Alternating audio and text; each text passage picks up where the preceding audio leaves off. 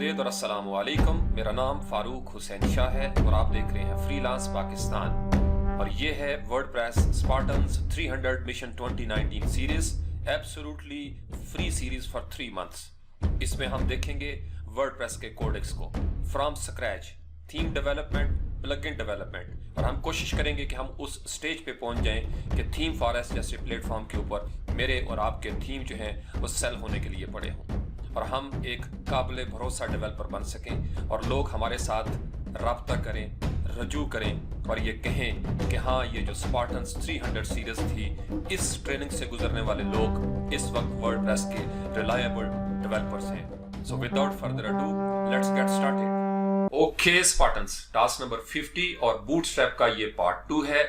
ये वो मुकाम है जहां से हमारा सिलसिला टूटा था। बवजूद मैंने आपको बताया था ये जबड़े जो है ये नॉन फंक्शनल हो गए थे, लेकिन अल्हम्दुलिल्लाह आप लोगों की दुआओं से, अल्लाह ताला की मेहरबानी से, माँ बाप की नजर करम की वजह से मैं बिल्कुल तंदुरुस्त हूँ अल्हम्दुलिल्लाह। अब बोलने में भी कोई किसी किस्म की दुश्वारी नहीं, वैसे भी फ्रेश हूँ।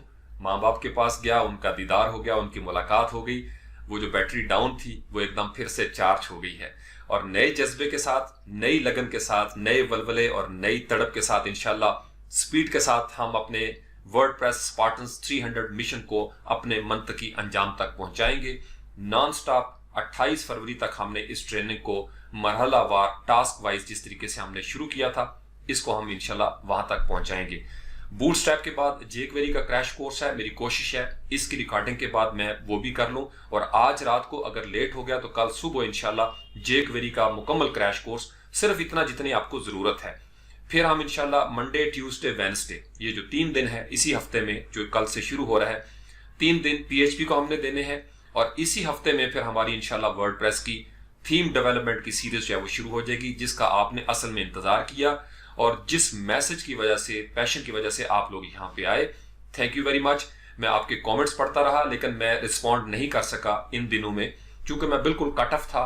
कोई फेसबुक के ऊपर पोस्ट नहीं थी, किसी किस्म का सोशल मीडिया प्लेटफॉर्म मैंने यूज नहीं किया, फोन मेरे पास था, मैं आप लोगों के कमेंट्स पढ़ता रहा और मेरे जहन के अंदर बहुत सारी चीजें जो हैं वो चल रही थी, लेकिन अब सारे मामला सेटल हो गए हैं अल्हम्दुलिल्लाह। कुछ मेरे क्लाइंट्स थे प्रोजेक्ट्स के हवाले से, उनको भी मैंने कल थोड़ा बहुत टाइम दिया है। अब हम अपनी नॉर्मल रूटीन में हैं और अगर किसी के जहन में, क्योंकि आपको पता है कोई ना कोई दरमियान में होता है, ये था कि शायद हम इस सीरीज से गाफिल हो जाएंगे या पीछे हट जाएंगे, तो मेरी जान, मैंने आपको शुरू में कहा था ये मुमकिन ही नहीं है। जब तक अल्लाह की जात नहीं चाहेगी इंशाअल्लाह ताला हम इस रास्ते से नहीं हट सकते। तो अपनी एनर्जीज को दोबारा बहाल करें। आप लोगों ने प्रैक्टिस कर ली होगी यकीनन, और अब आप बहुत सारे स्पार्टन्स जो पीछे रह गए थे वो भी साथ मिले होंगे। तो ये जो डिले है इसकी आप मुझे माफी दे दें, क्योंकि ये बड़ा जरूरी है। मुझे पता है 5 फरवरी से मैंने आपको कहा था मेरी कमिटमेंट थी, लेकिन 5 से मजीद कुछ दिन आगे चले गए, लेकिन आज मैं आपके सामने हूं, आप देख सकते हैं एकदम फ्रेश, तरोताजा, पहले से ज्यादा पैशनेट। इस डिले के पीछे भी कोई हिकमत थी और हर बात के पीछे कोई ना कोई बात होती है और आपको पता है बुजुर्ग कहते हैं कि वही असल बात होती है। फिर कभी मौका मिला तो इंशाल्लाह ताला मैं आपको बताऊंगा कि ये जो दिन थे बीमारी के, ये जो एक माजूरी थी मेरी, इस वजह से मैंने कुछ सोच का सफर जो है वो खत्म नहीं किया। बहुत सारी बातें मैं सोचता रहता हूँ आप लोगों के लिए ज्यादा से ज्यादा बेहतर अंदाज में मैं आपको क्या दे सकता हूँ, क्योंकि मुझे वो जो मेरा दर्द था वो आप लोगों तक पहुंचा है। Thank you very much. Mohabbatein जो होती है ना वो लफ्जों से झलकती हैं, लफ्ज जो होते हैं वो लहजों की चुगली खाते हैं। तो मैं इस स्टेज पे बैठा हुआ लफ्जों को बड़े अच्छे अंदाज में समझ जाता हूँ, कौन कहाँ से बोलता है, कौन कहाँ से लिख रहा है। तो मैं अपने स्पार्टन्स को ये कहना चाहता हूँ कि मैं जहां भी बैठता हूँ निजी महफिल में मैं आप लोगों का जिक्र करता हूँ और बहुत सारे दोस्तों के कमेंट्स में पढ़ के अपनी वालदा साहब को भी मैंने सुनाया है। मैंने कहा माँ जी कि ये वो मोहब्बतें हैं जो मुझे मिल रही हैं इस हवाले से। Thank you very much. मैं आप सबके लिए दुआगो हूँ, आप लोगों की दुआओं का शुक्रिया, जिन्होंने मेरी सेहत के हवाले से कंसर्न शो किया उनकी मोहब्बतों का शुक्रिया। So without further ado, let's get started. और आज बूटस्ट्रैप का जो क्रैश कोर्स था उसका पार्ट 2, आज हम इसको फाइनलाइज कर देंगे। आपने टिप्स पे गौर करना है, क्योंकि बूटस्ट्रैप बहुत जबरदस्त फैल गया है। आपने वो बातें गौर से सुननी है ताकि किसी भी किस्म का टेम्पलेट आपको बनाना पड़े तो आप इससे इजीली बना सकें। So having said that, let's get going. Task 49 और बूटस्ट्रैप का जो पार्ट 1 था उसमें हमने इसकी जो बेसिक चीजें थी वो कवर कर ली कि बूटस्ट्रैप क्या है, किस तरीके से फंक्शनिंग करता है, क्यों मशहूर है दुनिया में, और फिर साथ ही हमने जो विजुअल स्टूडियो था उसको डाउनलोड किया, इंस्टॉल किया। एमएड के हवाले से हमने बात की थी कि वो किस तरीके से हमें शॉर्टकट जो है वो देता है और हमारी कोड की जो एफिशिएंसी है वो बढ़ जाती है। फिर हमने सीडीएन लिंक्स को यूज़ किया और तकरीबन बटन वगैरह, फॉर्म वगैरह, मॉडल्स, डॉक्यूमेंटेशन के हवाले से वो हमने डिस्कस करने की कोशिश की। आज हम उसी स्टेप से थोड़ा सा आगे बढ़ जाएंगे। आज हम इसको मैनुअली डाउनलोड करेंगे और मैनुअली मैं आपको बताऊंगा कि किस तरीके से कोई भी प्रोजेक्ट जब आपने बनाना है तो आप उसको किस तरीके से शुरू करेंगे। ये फोल्डर आपको याद होगा, हमने टास्क 49 में बनाया था मिशन बूटस्ट्रैप 2019 में। बेसिकली जब भी आपने किसी वेबसाइट के ऊपर काम करना है, कोई टेम्पलेट बनाना है, थीम बनाना है, या वर्डप्रेस के हवाले से कोई आप थीम बना रहे हैं, तो आपके पास 3-4 फोल्डर जो है वो आप क्रिएट करते हैं। हर डेवलपर का ये अपना स्टाइल होता है। बाज़ लोग क्या करते हैं कि वो एक ही फोल्डर बनाते हैं इस तरीके से एसेट्स के नाम से, और यहाँ पे वो लिखते हैं एसेट्स, और इस एसेट के फोल्डर के अंदर ये 2-3 फोल्डर बनाते हैं जिसमें CSS होता है, जावास्क्रिप्ट होता है या इमेजेस होता है। बाज़ लोग क्या करते हैं कि वो एसेट का फोल्डर नहीं बनाते, यहाँ पे फ्रेमवर्क का एक फोल्डर होता है, उस फ्रेमवर्क के अंदर थीम की कुछ फाइल्स जो है वो रखी जाती हैं। कुछ जो है वो मेन फोल्डर इसी तरीके से बाहर ही पड़े होते हैं और उन फोल्डर के अंदर जावास्क्रिप्ट में जावास्क्रिप्ट की फाइल्स होती हैं, इमेजेस में इमेजेस की फाइल्स होती हैं, फॉन्ट्स में फॉन्ट्स की फाइल्स होती हैं। तो जिस तरीके से आपका ये स्टाइल है या आप समझते हैं कि आपके लिए बेहतर होगा, उस तरीके से आपने इसको बनाना है। सिर्फ आपने जब लिंक करना होता है फाइल्स को, तो वो फिर आपने अगर फोल्डर के अंदर को फोल्डर बनाया है तो वो तरीका मैंने आपको सिखाया था इससे पहले वाले टास्क में कि आपने किस तरीके से उसको कनेक्ट करना है।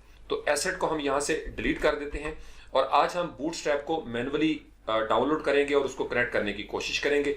तो यहाँ पे आप आ जाएं getbootstrap.com पे, इस डाउनलोड के ऊपर क्लिक करेंगे। कुछ चीजें हमने इससे पहले डिस्कस की थी। जो ही आप डाउनलोड पे क्लिक करेंगे तो ये आपके सामने लिंक्स जो है वो ओपन हो जाएंगे डॉक्यूमेंटेशन के हवाले से। यहाँ से आप सोर्स फाइल्स लेना चाहें या कंपाइल्ड अगर आप लेना चाहते हैं, दोनों सूरतों में आपके पास फोल्डर्स आ जाएंगे। लेकिन 2 फाइलें जो एक्स्ट्रा हैं, अगर आप वर्डप्रेस पे काम कर रहे हैं तो आपको jQuery जो है वो डाउनलोड करने की जरूरत नहीं। लेकिन अगर आप, जैसे अभी हम ऑफलाइन काम करेंगे, तो हमारे पास जो डेस्कटॉप पे फोल्डर है उसमें हमें jQuery की जरूरत होगी। तो यहाँ पे आप क्लिक कर दें डाउनलोड सोर्स के ऊपर और ये एक फोल्डर जो है ये आपसे पाथ मांगेगा, आप इसको डाउनलोड कर लें उसी फोल्डर के अंदर। बाद में हम इसको डिलीट कर देंगे, या आप इसको कहीं और डाउनलोड करना चाहते हैं आप इसको कर लें, और यहाँ पे हमें जो फोल्डर चाहिए जावास्क्रिप्ट और CSS का वो हम यहाँ पे इंपोर्ट कर सकते हैं। सेव पे क्लिक किया, बहुत छोटी सी फाइल है, फौरी तौर पर ये डाउनलोड हो जाएगी। इसके अंदर ये जो डिस्ट लिखा हुआ है, डिस्ट्रीब्यूशन, बेसिकली इसके अंदर 2 फोल्डर हैं जो हमको चाहिए जावास्क्रिप्ट और CSS के हवाले से। इसको सिलेक्ट किया, Ctrl+C करते हैं, मेन फोल्डर पे जो डायरेक्टरी है उसमें आ जाते हैं और Ctrl+V कर देते हैं।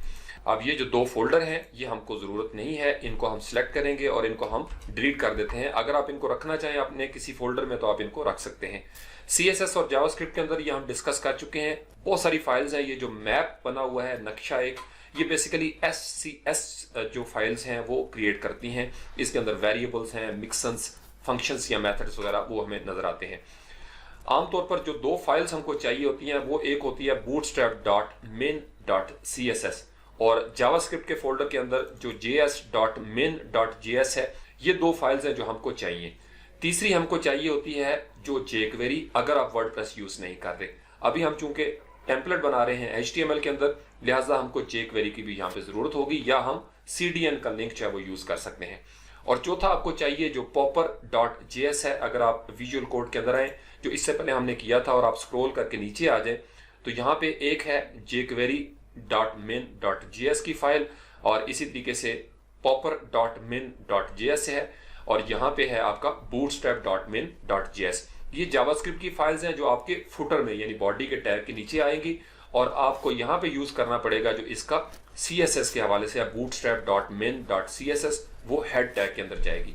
तो इन तीनों को हम यूज करेंगे, और इसको, ये जो टेम्पलेट हमने बनाया था और यहाँ पे हमने इसकी प्रैक्टिस की थी, वो आप देख सकते हैं। ये एक रफ सा टेम्पलेट जिसमें हमने बटन्स किए थे, कार्ड के हवाले से डिस्कशन की, और कुछ चीजें हमने देखने की और समझने की कोशिश की थी। तो इसको आज हम नए सिरे से इस टेम्पलेट को क्रिएट करेंगे। अब यहाँ पे हमने इसको Ctrl+A करके इसको हम डिलीट कर देते हैं। ये फाइल वही है index.html, चूंकि आज हम इसको बिल्कुल नए सिरे से लेके जाएंगे। अब वो जो स्टार्टर टेम्पलेट है, आपको पता है यहाँ पे अगर आप साइन ऑफ एक्सक्लेमेशन देंगे तो वो आपका स्टार्टर टेम्पलेट आ जाएगा, या आप यहाँ पे आए डॉक्यूमेंटेशन के अंदर गेटिंग स्टार्टेड के ऊपर आप क्लिक करेंगे तो यहाँ पे आपको स्टार्टर टेम्पलेट जो है वो मिल जाएगा। राइट साइड पे हवर करें तो ये एक ब्लू बटन है कॉपी का, इसके ऊपर आपने क्लिक कर देना है। कॉपी किया, यहाँ पे आए और कंट्रोल वी कर दिया। अब बेसिकली ये जो जावास्क्रिप्ट की 3 फाइल्स हैं इसको हमने कनेक्ट करना है अपने फोल्डर के साथ जो लोकल ड्राइव में हमारे पास मौजूद है, और इस CDN के लिंक की जगह पे हम अपना CSS जो है उसको कनेक्ट कर देंगे। अब यहाँ पे लिंक रेल जो है वो स्टाइल शीट ही रहेगा, और यहाँ से इस लिंक को हम यहाँ से डिलीट कर देते हैं और सिंपल हमारा जो फोल्डर का नाम है CSS वो हम लिखेंगे, / दे देंगे, तो ये हमारे फोल्डर के साथ जो है वो कनेक्ट हो जाएगी। कंट्रोल S करते हैं। अब ये जो एक्स्ट्रा चीजें हैं अगर आप इसको डिलीट करना चाहें तो आप इसको सिलेक्ट करेंगे इस तरीके से और इसको आप डिलीट कर देंगे। इस तरीके से ये आपका बेसिकली bootstrap.min.css जो है वो यहाँ पे ऐड हो गया है, इसके साथ कनेक्ट हो गया है। सेम यही कहानी हम करेंगे जावास्क्रिप्ट के साथ। अब jQuery अभी हमारे पास मौजूद नहीं, jQuery को डाउनलोड करने के लिए हम जाएंगे jQuery की जो मेन वेबसाइट है, वहां पे जो लेटेस्ट वर्जन होगा उसको हम डाउनलोड करेंगे। ये जो ऑरेंज बटन है 3.3.1 इसके ऊपर हम क्लिक करेंगे तो ये हमारे सामने लिंक्स ओपन हो जाएंगे। अब यहाँ पे आप मिनीफाइड करना चाहते हैं मिनीफाइड कर लें, अगर आप अनकम्प्रेस्ड करना चाहते हैं तो इस पे क्लिक करेंगे। तो हम मिनीफाइड ही कर लेते हैं क्योंकि हमने इस वक्त jQuery के अंदर दाखिल नहीं होना। इस पे क्लिक करेंगे तो ये मिनीफाइड वर्जन जो है ये ओपन हो जाएगा एक ब्राउजर के अंदर। इसके ऊपर आप कंट्रोल A करके इसको कंट्रोल C करेंगे, ये आपने सिलेक्ट कर लिया। विजुअल कोड में वापस आए, यहाँ पे सेम Notepad++ की तरह डबल क्लिक करेंगे, कंट्रोल V कर देंगे। अब आपने ख्याल ये रखना है कि जब आप इसको कंट्रोल S करें तो इसका नाम आपने वो देना है जो यहाँ पे जैसे मौजूद है jQuery-3.3-1 और min.js। तो इतना हिस्सा हम कंट्रोल C करके इसको सिलेक्ट कर देंगे और यहाँ पे पेस्ट कर देंगे वो वाला नाम .js एक्सटेंशन के साथ, या आप इसको मैन्युअली भी लिख सकते हैं या आप यहाँ से .js सिलेक्ट कर लेंगे। तो इस तरीके से हम इसको करेंगे सेव। अब सेव कर दिया आपने और ये फोल्डर से बाहर है, इसको हम डिलीट कर देंगे। बाद में हम इसको जावास्क्रिप्ट के फोल्डर के अंदर भी डाल सकते हैं। popper.min.js, यहाँ से हमने इसको सेव किया और इसको भी हम यहाँ से क्लोज कर देते हैं। अब ये जो फाइल थी jQuery और popper.min.js, इनको हम यहाँ से क्लोज कर देते हैं। वापस आएंगे हम अपनी पेरेंट डायरेक्टरी के अंदर और यहाँ से हम इसको करेंगे थोड़ा रिफ्रेश। मेन डायरेक्टरी में वापस आए। अब ये जो दोनों फाइल्स हैं पॉपर वाली और jQuery वाली, ये हमको चाहिए जावास्क्रिप्ट के अंदर, तो इसको हमने ड्रैग किया और यहाँ पे हम इसको ड्रॉप कर देते हैं। यानी अब आपके जावास्क्रिप्ट के अंदर jQuery भी मौजूद है और popper.min.js भी मौजूद है। अब अगला हमारा जो फेस है वो ये होगा कि हमने इसको यहाँ पे कनेक्ट करना है। पहले हम यूज कर रहे थे CDN का लिंक, तो सेम वही चीज है, हम यहाँ पे फोल्डर का नाम देंगे और इस तरीके से JS नाम है फोल्डर का। और हमारी जो फाइल है ये ख्याल रखना है आपने, पहले यहाँ पे लिंक था jQuery-3.3.1, तो इसका आसान तरीकाकार होता है ताकि गलती की गुंजाइश ना रहे। आप इसके ऊपर राइट क्लिक करें, जो भी फाइल आप कनेक्ट करना चाहते हैं रीनेम करें और कंट्रोल A कर लें। आप जब ये सारा सिलेक्ट हो जाए कंट्रोल C कर लें, वापस आए आप उस जगह पे जहां पे आप इसको पेस्ट करना चाहते हैं। इतने हिस्से को JS तक सिलेक्ट करने के बाद कंट्रोल V कर देंगे, ये आपका हो जाएगा jQuery। सबसे टॉप पे ये होना चाहिए क्योंकि सबसे पहले jQuery कॉल होगी और बाकी हमारे जो जावास्क्रिप्ट है कस्टम वगैरह वो बाद में होंगे। jQuery के बाद हमें चाहिए popper.min.js, सेम वही चीज है लेकिन यहाँ पे उसका नाम बिल्कुल ठीक लिखा हुआ है। इतने हिस्से को सिलेक्ट करके शुरू में हमने सिंपल देना है JS, क्योंकि ये हमारे फोल्डर का नाम है जावास्क्रिप्ट। और उसके बाद अगर आप इसको मिटाना चाहें, डिलीट करना चाहें, ये जो इंटेग्रिटी वगैरह है इसको आप यहाँ से डिलीट भी कर सकते हैं, इसकी हमें जरूरत नहीं क्योंकि हम मैनुअली इसके ऊपर काम कर रहे हैं। इसी तरीके से ये जो इंटेग्रिटी वगैरह है इसको अगर आप डिलीट करना चाहें आप इसको डिलीट भी कर सकते हैं, अगर ये रहेगा भी तो कोई इशू नहीं है। लेकिन जब आपने ऑनलाइन जाना है प्रोडक्शन साइट पे तो बेहतर है कि इसको रहने दें क्योंकि ये उन्होंने साथ शुरू किया है। अब ये हमारा लिंक सेट हो गया। इसी तरीके से तीसरा जो है bootstrap.min.js, उसको हमने सेलेक्ट करना है, तो यहाँ तक हम इसको सेलेक्ट करेंगे JS तक और इसको हम कर देंगे डिलीट। JS के बाद bootstrap.min.js, ये हमारे पास ऑलरेडी फाइल पड़ी हुई है। इंटेग्रिटी वाली फाइल जो है इसको आप डिलीट करना चाहते हैं, आप इसको यहाँ तक डिलीट कर सकते हैं। अब इस तरीके से ये आपके फुटर के अंदर भी ये चीज़ें मौजूद हैं। इसी तरीके से jQuery जो है उसकी भी हम इंटेग्रिटी को ख़त्म कर देते हैं। ये अच्छा है सिक्योरिटी पॉइंट ऑफ व्यू से अगर आप इसको साथ रखेंगे। अब हमारा जावास्क्रिप्ट जो है ये भी ऐड हो गया, CSS जो है ये भी ऐड हो गई है। अब बूटस्ट्रैप जो है वो हमारा एक्टिवेट है या नहीं है, इसको हम यहाँ से सिलेक्ट करते हैं और इसको हम कर देंगे कंट्रोल / ताकि ये कमेंट आउट हो जाए। यहाँ से हम इसको करेंगे कंट्रोल एस। जो ही कंट्रोल एस किया तो आपने देखा यहाँ पे लाइव सर्वर चूंकि यहाँ पे मौजूद है। अगर आपका लाइव सर्वर नहीं है तो यहाँ पे आप क्लिक करेंगे तो आपका सर्वर जो है वो लाइव हो जाएगा। ये है जो डिफॉल्ट ब्राउजर का बिहेवियर है। अगर हम यहाँ पे क्लिक करें और दोबारा से कंट्रोल फॉरवर्ड स्लैश करेंगे तो इसका मतलब ये है कि ये अनकॉमेंट हो जाएगा। अगेन कंट्रोल एस किया और ये बूटस्ट्रैप जो हमें नजर आना शुरू हो जाएगा। ये वो प्रैक्टिस है जो आपने हर प्रोजेक्ट में करनी है। जब भी आप प्रोजेक्ट पे काम करेंगे इस तरीके से आपको फोल्डर क्रिएट करना पड़ेंगे। इसी तरीके से एक फोल्डर होता है, आप IMG लिख लें या आप इमेजेस के नाम से बनाना चाहते हैं तो ये फोल्डर बनेगा जिसके अंदर तमाम इमेजेस जो है वो आप डालेंगे। अगेन सेम उसी तरीके से आप कनेक्ट करेंगे। एक फोल्डर जो है वो बनाया जाता है फॉन्ट्स के हवाले से, आप लिखेंगे यहाँ पे फॉन्ट्स और ये फोल्डर आपका क्रिएट हो जाएगा। अगर आप इन चारों फोल्डर्स को एसेट्स बना के उस फोल्डर के अंदर डालना चाहें, सिंपल वो फोल्डर क्रिएट करें, इन सबको सिलेक्ट करें और वहां पे आप उसको डाल दें। लेकिन फिर आपका जो पाथ होगा वो डिफरेंट हो जाएगा। फिर आपको एसेट्स देना पड़ेगा और फिर CSS का फोल्डर और उसके अंदर फिर आप bootstrap.min.css जो वो कनेक्ट करेंगे। तो ये बड़ा सिंपल सा है। ये HTML के फेज में हम डिस्कस कर चुके हैं। हेड के अंदर हमने किस तरीके से कनेक्ट करना होता है फाइल्स को। अब उसके बाद सबसे पहले हमने बूटस्ट्रैप का एक जो स्ट्रक्चर बनाना होता है। इस बात को आप यूं समझ लीजिए, जब भी कोई प्रोजेक्ट आपको मिलेगा या आप थीम बनाने लगते हैं तो आपके पास एक रफ मॉकअप होता है। ऑनलाइन बहुत सारी इसकी यूटिलिटीज हैं लेकिन आज के हम टास्क में उसको डिस्कस नहीं करेंगे। मॉकअप किस तरीके से बनाया जाता है, आप रफ पेज के ऊपर भी बना सकते हैं। इस तरीके से यहाँ पे जंबोट्रॉन होगा या स्लाइडर होगा, फिर नैफ बार होगी, फिर इस तरीके से नीचे जो है वो 3 आपको चाहिए बॉक्स नजर आने चाहिए, कार्ड्स, उनके ऊपर पोस्ट आनी चाहिए। फिर आप कॉन्टैक्ट देना चाहते हैं या आप कोई अपने अबाउट अस के हवाले से कोई एक आध पैराग्राफ, राइट साइड पे तस्वीर नजर आनी चाहिए, या आप अपना CV बना रहे हैं या पोर्टफोलियो। तो ये आपके जेहन में एक रफ सा स्ट्रक्चर होता है। कोई भी जब हम काम करते हैं हमारे जेहन में एक रफ स्ट्रक्चर चल रहा होता है। अब हमने बिल्कुल सिंपल सी प्रैक्टिस करनी है ताकि आप बेसिकली ग्रिड को समझ जाएं, जो आज का असल मकसद है। क्योंकि अगर बूटस्ट्रैप की ग्रिड को आप समझ गए तो इसका मतलब यह है कि बूटस्ट्रैप की बाकी चीजें जो वो आपके लिए आसान हो जाएंगी। इसी तरीके से कुछ फ्लेक्स बॉक्स किस तरीके से उन्होंने इंटीग्रेट किया है वो भी आज हम समझने की कोशिश करेंगे। अब सबसे पहले जब ग्रिड की बात आएगी तो आपने CRC मैंने आपको बताया था, आपके पास कंटेनर होता है, उसके बाद रो होती है और रो के अंदर होता है आपका कॉलम। तो वो हम बनाने की कोशिश करेंगे। कुछ इसका जो रफ है वो आपने आइडिया देख लिया था एम्बेड के हवाले से। हेलो वर्ल्ड को हम क्या करते हैं, इसके शुरू में हमने एक क्लास बनानी है। क्लास उसकी कंटेनर, 2 किस्म के कंटेनर हैं। एक होता है जैसे हमने फुल स्टॉप डाला और कंटेनर जो है वो हम लिखते हैं यहाँ पे और टैब की को प्रेस करेंगे तो ये आपका फर्स्ट जो कंटेनर है ये बन जाएगा। कंटेनर क्या करेगा, ये आपको कुछ पैडिंग और मार्जिन जो है वो दे देता है बाय डिफॉल्ट। इस डिव को यहाँ से हम कट करते हैं और यहाँ पे हम इसको कंट्रोल V कर देंगे। जो ही कंट्रोल V किया, कंट्रोल S करेंगे, आप ये देखेंगे कि उसने आपको मार्जिन भी दे दिया, थोड़ी सी पैडिंग भी दे दी। दूसरा हमारे पास कंटेनर होता है जिसको हम कहते हैं कंटेनर फ्लूइड। अगर आप सिंपल इसी को कॉपी कर लें, कंट्रोल C करके कंट्रोल V कर लेते हैं और यहाँ पे डैश डालने के बाद कंटेनर का लफ्ज उसी तरीके से रहेगा, फ्लूइड का लफ्ज FLUID आप करेंगे, कंट्रोल S करेंगे, यहाँ पे आपको फ्लूइड नजर आएगा। अब फ्लूइड का मतलब यह है कि ये रिस्पॉन्सिव है।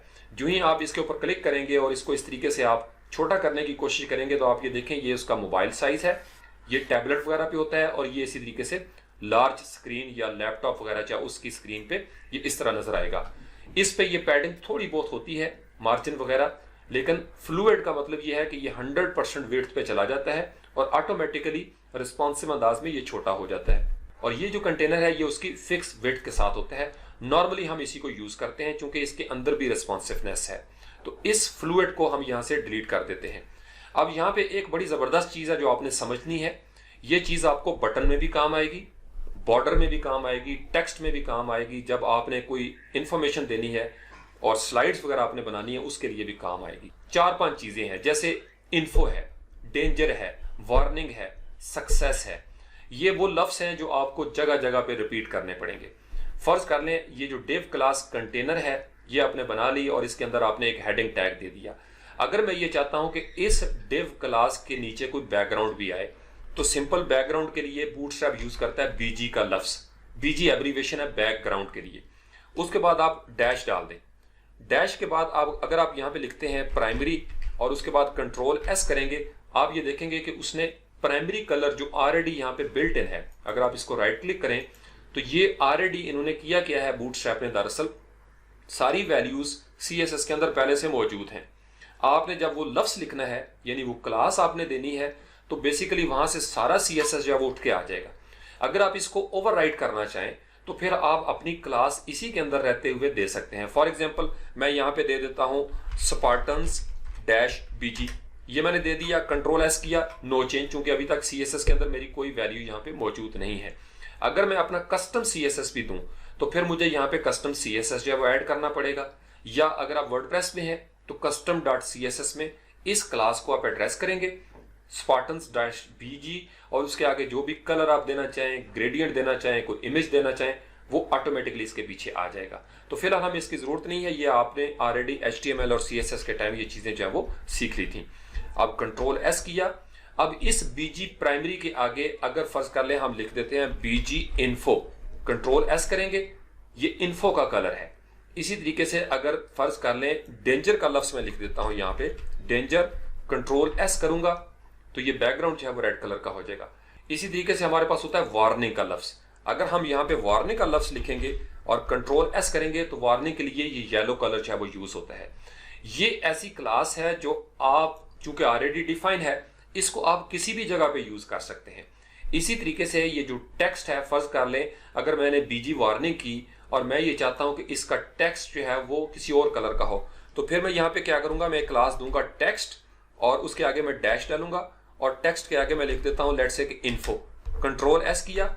अब आपने बेसिकली किया क्या है, आपने टेक्स्ट इंट्रोड्यूस किया, ये क्लास कहीं और उन्होंने मेंशन की हुई है और उसका आपने कलर दे दिया इन्फो।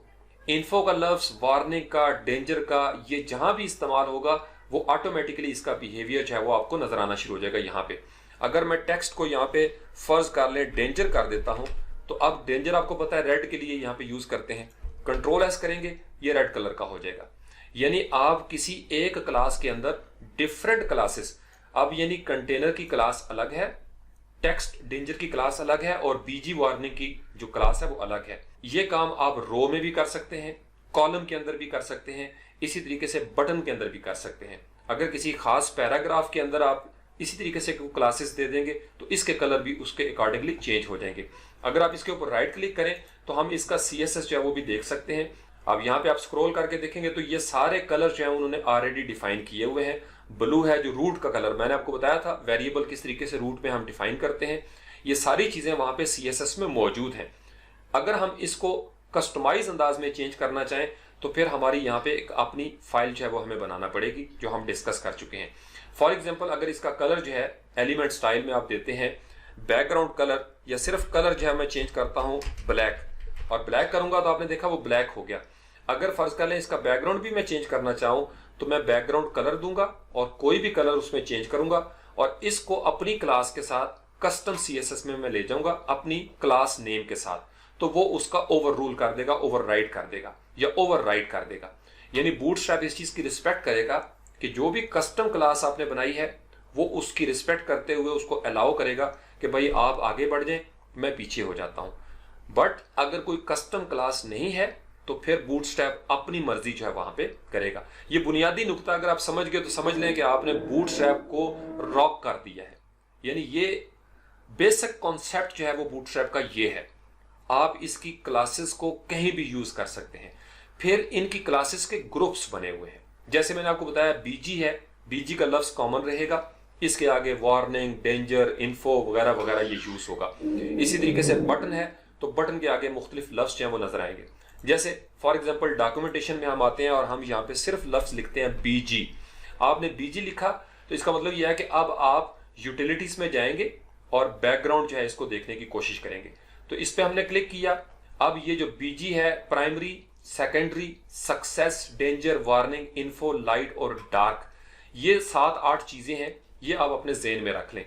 यानी अगर आपने कॉलम भी बनाने हैं जो अभी हम बना के देखते हैं। अब आपने फर्ज कर लें एक कंटेनर बनाया, कंटेनर मेन चीज होती है। आमतौर पर कंटेनर के ऊपर इस तरीके से स्टाइल नहीं दिया जाता, लेकिन अगर आप देना चाहें तो वो तरीका हम सीख चुके हैं।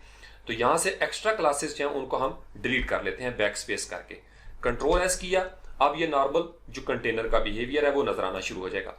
अब इस कंटेनर के अंदर हमको चाहिए CRC, कंटेनर हो गया। कंटेनर के अंदर हमको चाहिए रो, तो आप रो के लिए सिंपल डॉट रो करेंगे, टैब की को प्रेस करेंगे तो ये आपकी डिव क्लास जो है वो रो की ऐड हो जाएगी। सेम यही कहानी है कि अगर आप रो का कोई बैकग्राउंड देना चाहें आप यहाँ पे दे सकते हैं। तो यहाँ पे हम लिखते हैं दिस इज आवर रो। अब ये आपका एक कंटेंट हो गया। अब कंट्रोल एस किया, आपको ये रो नजर आना शुरू होगी। अगर आप इसका कोई कलर देना चाहें तो इसी क्लास के अंदर एक और क्लास हम इंट्रोड्यूस कर देते हैं, बीजी लेट से सेकेंडरी कर देते हैं। पहले हमने प्राइमरी किया था, कंट्रोल एस किया तो सेकेंडरी कलर जो है वो नजर आना शुरू हो जाएगा। और अगर फर्ज कर लें यहाँ पे मैं बीजी डार्क कर लेता हूँ, कंट्रोल एस करूंगा तो ये डार्क नजर आ जाएगा। अब टेक्स्ट मुझे लाइट चाहिए, इस कॉन्सेप्ट को समझे। बैकग्राउंड डार्क हो गया है, इसका मतलब ये है कि रो के अंदर जो टेक्स्ट होगा वो मुझे लाइट चाहिए। तो यहां पे मैं लिख दूं क्लास या शुरू में लिख दूं, कहीं भी मैं लिख सकता हूं। यहां पे मैं लिख देता हूं text dash light. Background dark है तो टेक्स्ट मुझे लाइट चाहिए। यहां से मैं इसको स्पेस दूंगा, कंट्रोल एस करूंगा तो टेक्स्ट जो है वो मुझे लाइट नजर आना शुरू हो जाएगा। या फर्ज करें लाइट नहीं करता और टेक्स्ट को मैं यहां पे कर देता हूं वार्निंग और कंट्रोल एस करूंगा तो अब ये येलो हो जाएगा, चूंकि वार्निंग का जो कलर है वो येलो है। इसी तरीके से डेंजर का जो कलर है वो रेड है। आप जब तक कस्टम सीएसएस नहीं करते, बूटस्ट्रैप के अपने स्टाइल जो प्री डिफाइंड है वो यूज करने की पोजीशन में आप चले जाएंगे। ये बेसिक कॉन्सेप्ट आई होप कि आपको समझ में आ गया होगा और ये थ्रू आउट बूटस्ट्रैप इसी तरीके से रहेगा। कॉलम के अंदर भी यही गेम होगी। अब हमने रो बना ली है, अब रो के अंदर फर्ज कर लें कि मुझे कॉलम चाहिए। तो नॉर्मली रो जो है उसको भी सिर्फ रो की हद तक हम लिखते हैं, तो यहां तक हम इसको सिलेक्ट करेंगे और इसको हम बैक स्पेस कर देते हैं, कंट्रोल एस कर देंगे। अब ये जो आपका टेक्स्ट था, इस टेक्स्ट को भी हम यहां से डिलीट करके इसके अंदर हम डालेंगे कॉलम्स। अब कॉलम के लिए जो सिंपलेस्ट लफ्ज यूज करता है बूटस्ट्रैप वो है .col, ये उसकी एब्रीविएशन है। फर्ज कर लें अगर आप 4 या 3 बनाना चाहते हैं कॉलम, तो फिर आपको मैंने बताया था कि एमिड के अंदर आप स्टैरी डालेंगे और 3 डाल देंगे, इसका मतलब 3 कॉलम चाहिए। जो ही आप टैब की प्रेस करेंगे तो ये 3 कॉलम जो है वो आपके तैयार हो जाएंगे। ये एमिड के हवाले से है, आप नॉर्मली इसको मैनुअली भी टाइप कर सकते हैं। अब इसका हम यहाँ पे लिखते हैं दिस इज फर्स्ट कॉलम। ये आपने समझना है, ये ग्रिड का स्ट्रक्चर है और मैं आपको इसका एसेंस या जौहर जो है वो समझाने की कोशिश कर रहा हूँ। दिस इज फर्स्ट कॉल या कॉलम, आप पूरा स्पेलिंग लिखना चाहते हैं आप इसको लिख लें। इसके बाद हम इसको सिलेक्ट करते हैं, कंट्रोल सी करेंगे, दूसरे कॉलम में हम इसको पेस्ट कर देंगे, यहां भी हम इसको पेस्ट कर देंगे। इसका मतलब यह है कि ये आपका सेकंड कॉलम हो जाएगा और इसी तरीके से ये आपका हो जाएगा थर्ड कॉलम। अब बूटस्ट्रैप को आप इस तरीके से समझे, इसकी ये जो आपको स्क्रीन नजर आ रही है इसको उन्होंने 12 या 12 डिफरेंट कॉलम्स के अंदर डिस्ट्रीब्यूट किया हुआ है। कॉलम्स की अपनी कोई वेट नहीं होती, जो स्क्रीन का साइज है उसके मुताबिक ये 12 छोटे छोटे हिस्सों में तकसीम हो जाएगा। यानी अगर फर्ज कर लें बहुत बड़ी स्क्रीन है तो उसके मुताबिक कॉलम जो है उसका हिस्सा जो है वो बनाएंगे एक कॉलम।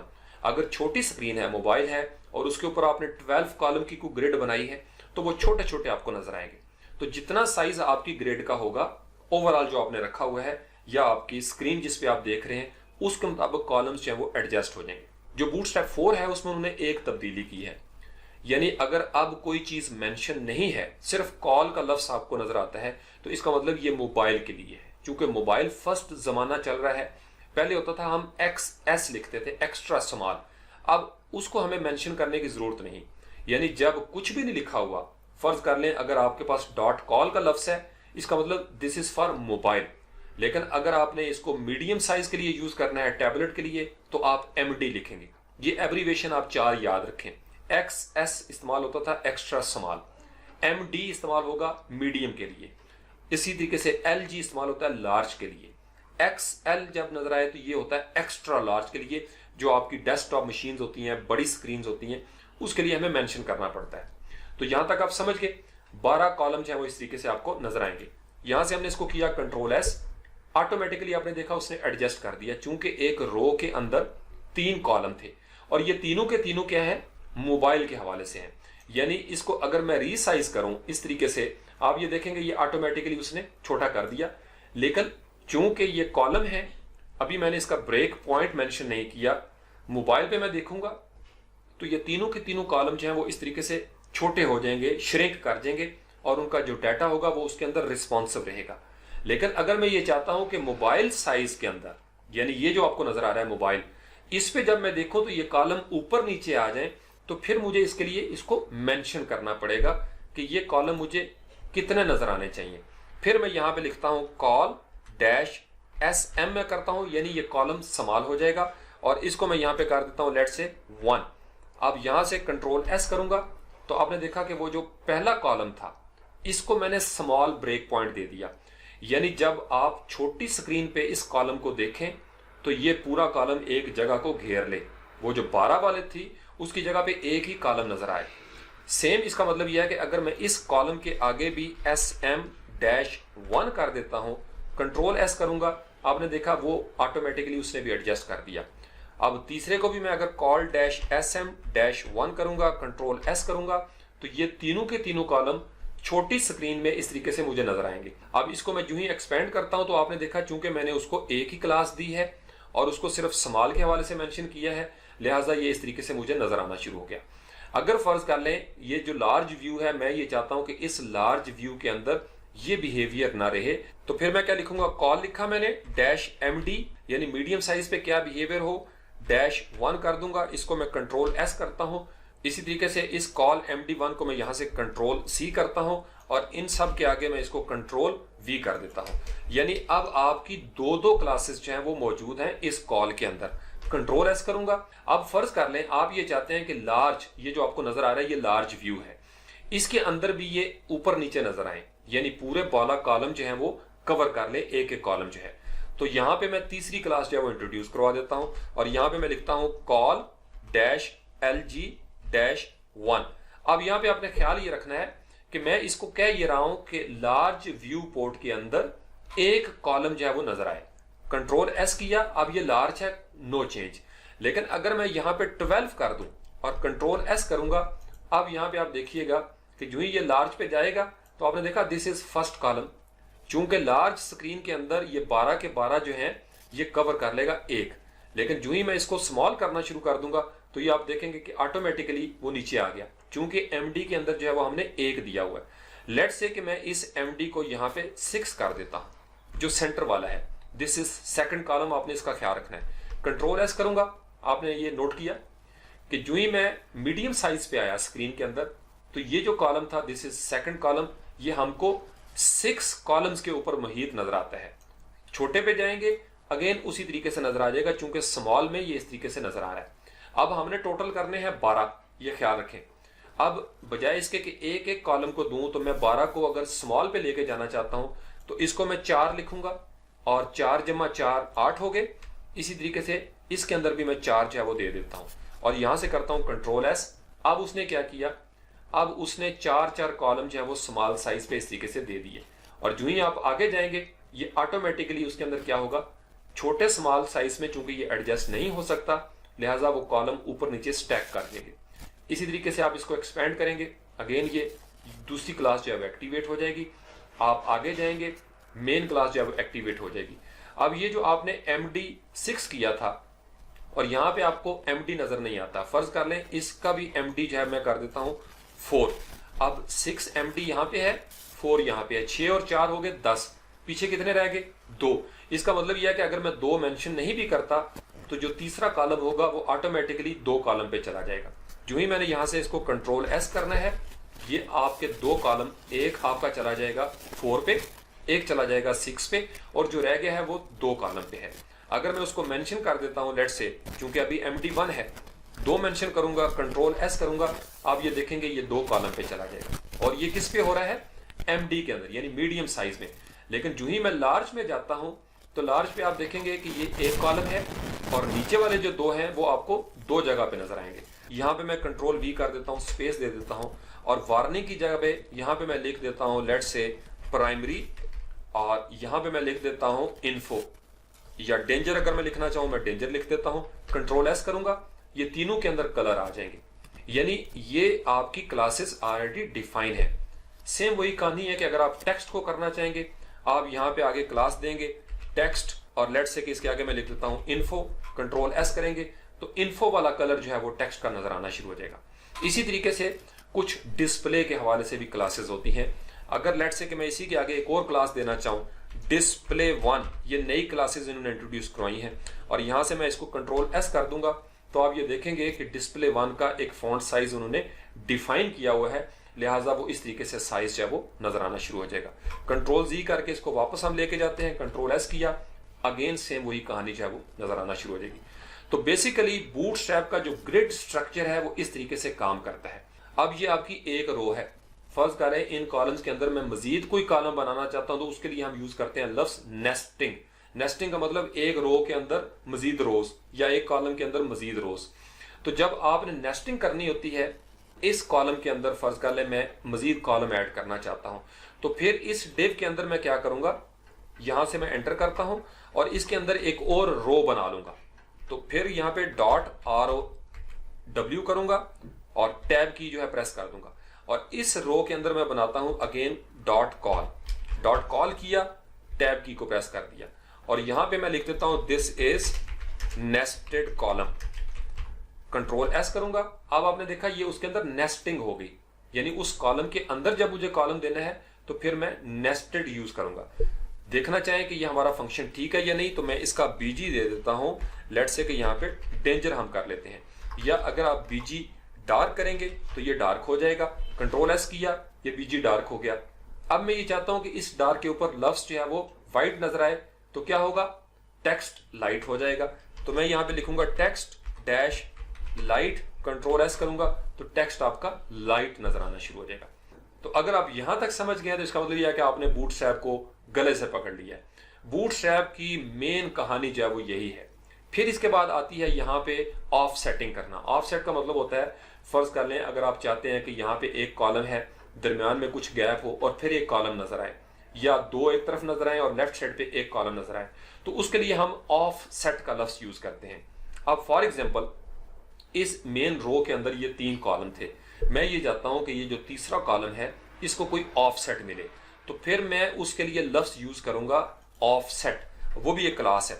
यहां पे हम ऑफसेट लिखेंगे और ऑफसेट आपने मेंशन करना है MD के अंदर, यानी मीडियम साइज पे ऑफसेट हो, मोबाइल पे ऑफसेट हो या लार्ज स्क्रीन पे या एक्स्ट्रा लार्ज पे हो।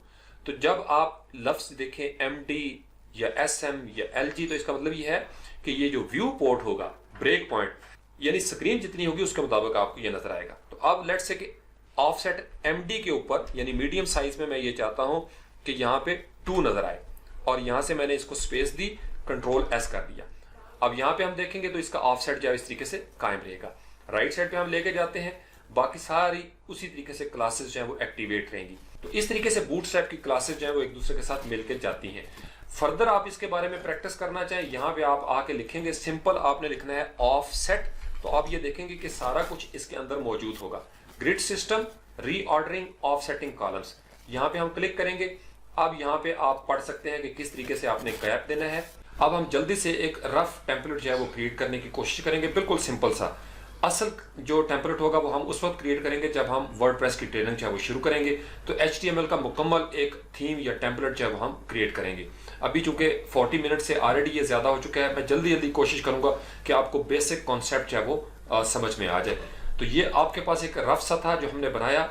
अब यहाँ से हम इसको सिलेक्ट करते हैं और ये जो डिव कंटेनर से लेके लास्ट तक आपने प्रैक्टिस की थी, यहाँ से हम इसको सिलेक्ट करते हैं और इसको हम कर देते हैं डिलीट, कंट्रोल एस करेंगे, ये बिल्कुल ब्लैंक हो गया। अब हमारे पास सबसे पहले क्या होता है, यहाँ पे नेविगेशन बार होता है, या आप यहाँ पे जंबोट्रॉन जो है वो यूज कर सकते हैं।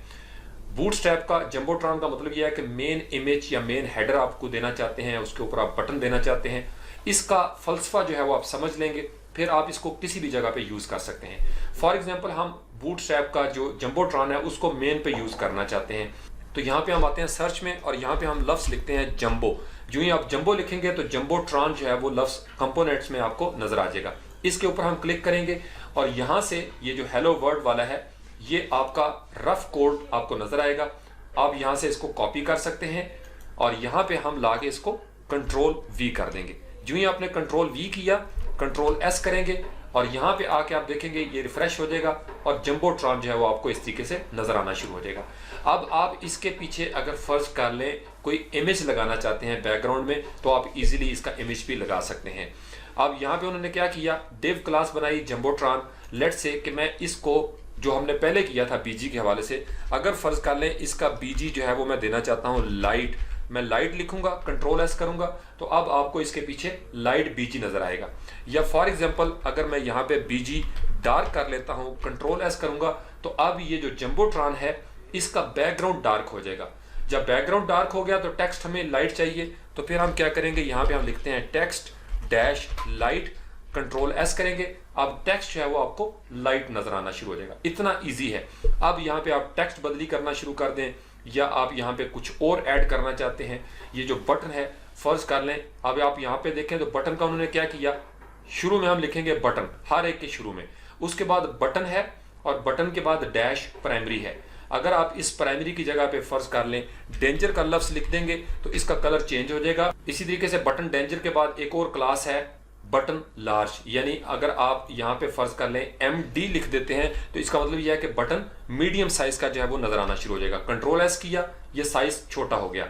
अगर LG है तो इसका मतलब यह है कि यहाँ पे ये लार्ज है। इसी तरीके से SM लिखेंगे तो ये स्मॉल हो जाएगा।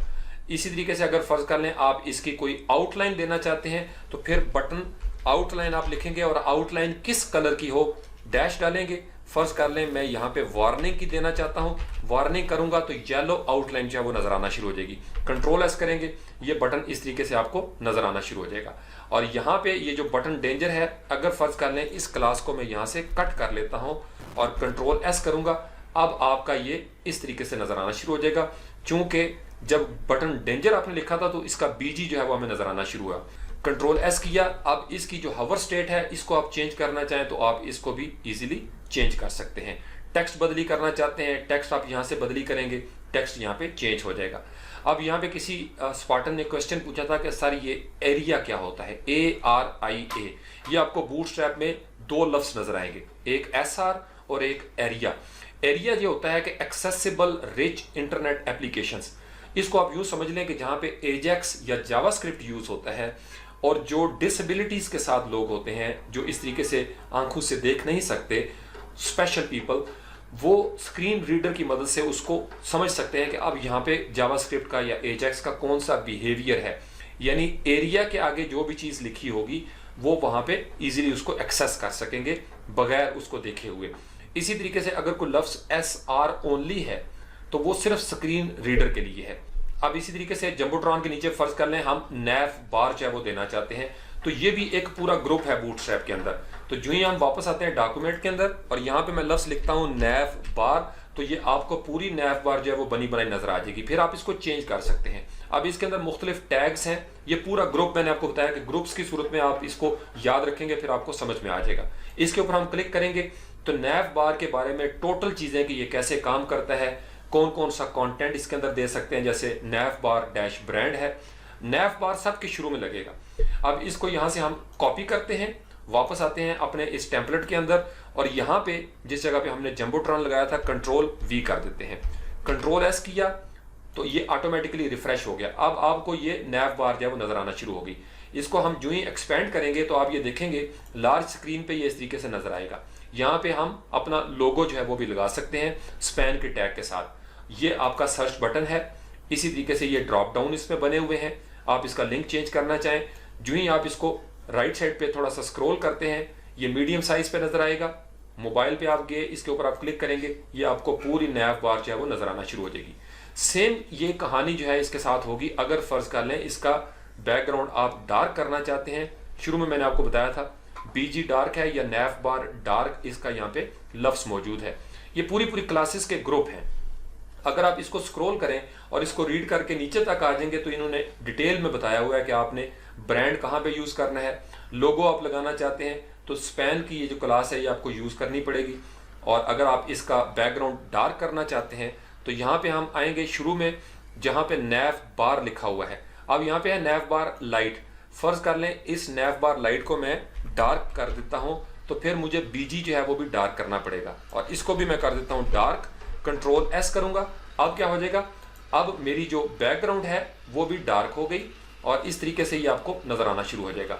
ये ऑलरेडी इसके पीछे CSS मौजूद है। आप राइट क्लिक करके इसको इंस्पेक्ट एलिमेंट करेंगे तो ये सारी चीजें जो वो आपको नजर आना शुरू हो जाएंगी। अगर फर्ज कर लें आप इसका बैकग्राउंड जो है वो डार्क नहीं करना चाहते या और कोई क्लास देना चाहते हैं तो सिंपल मैंने आपको शुरू में बताया था, आप यहाँ पे लिख दें BG डैश वार्निंग लेट से कि आपने दिया, कंट्रोल S करेंगे तो अब आपकी ये BG वार्निंग होगी लेकिन नजर नहीं आ रही। उसकी रीजन क्या है कि अभी आपका नैव बार डार्क जो डिफ़ॉल्ट वैल्यू है वो मौजूद है। अगर मैं इसको यहाँ से डिलीट कर देता हूँ और ये जो बीजी डार्क है इसको भी हम यहाँ से डिलीट कर देते हैं और यहाँ से मैं इसको कर लेता हूँ कंट्रोल एस, अब उसका क्या हो गया, बीजी वार्निंग उसका बैकग्राउंड हो गया। यानी ये बीजी की क्लास जो है वो आप किसी भी जगह पे यूज कर सकते हैं। लेट्स से कि मैं इसको यहाँ पे कर लेता हूँ बीजी डार्क करना चाहूँ या बीजी डेंजर करते हैं हम, यहाँ पे कंट्रोल एस कर लेंगे, ये रेड हो जाएगा।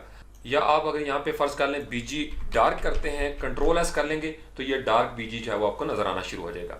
अब ये नेविगेशन बार हो गया। आप फर्ज कर लें इसको स्क्रॉल करें और आप चाहते हैं कि ये यहाँ पे स्टिक कर जाए, तो फिर उसके लिए हमें एक क्लास जो यूज करनी पड़ती है स्टिकी के हवाले से। अगर फर्ज कर लें आप सिर्फ यहाँ पे लफ्ज लिखें स्टिकी, तो आपको स्टिकी टॉप की जो क्लास है वो नजर आ जाएगी। इसके ऊपर आप क्लिक करेंगे तो यहीं पे रहते हुए आपको स्टिकी टॉप की क्लास जो है वो नजर आ जाएगी। अब ये जो स्टिकी टॉप है ये फर्ज कर लें मैं यहाँ पे लिख देता हूँ नैव बार के आगे स्टिकी और डैश में कर देता हूँ टॉप, कंट्रोल एस करूंगा, ये रिफ्रेश हो जाएगा।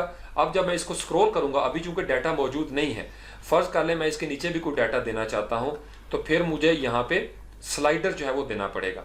अब ये जो आपको नजर आ रहा है गैप, ये आपका मार्जिन और पैडिंग है। आप फर्ज कर लें इस जंबोट्रॉन के नीचे आप चाहते हैं कि मार्जिन नजर ना आए, तो फिर आप जंबोट्रॉन की मेन क्लास में आएंगे और यहाँ पे आप लिख देंगे MB यानी मार्जिन बटन डैश 0, MB 0 कर देंगे, कंट्रोल एस कर देंगे, तो इसका मतलब यह है कि आपने मार्जिन बॉटम 0 कर दिया।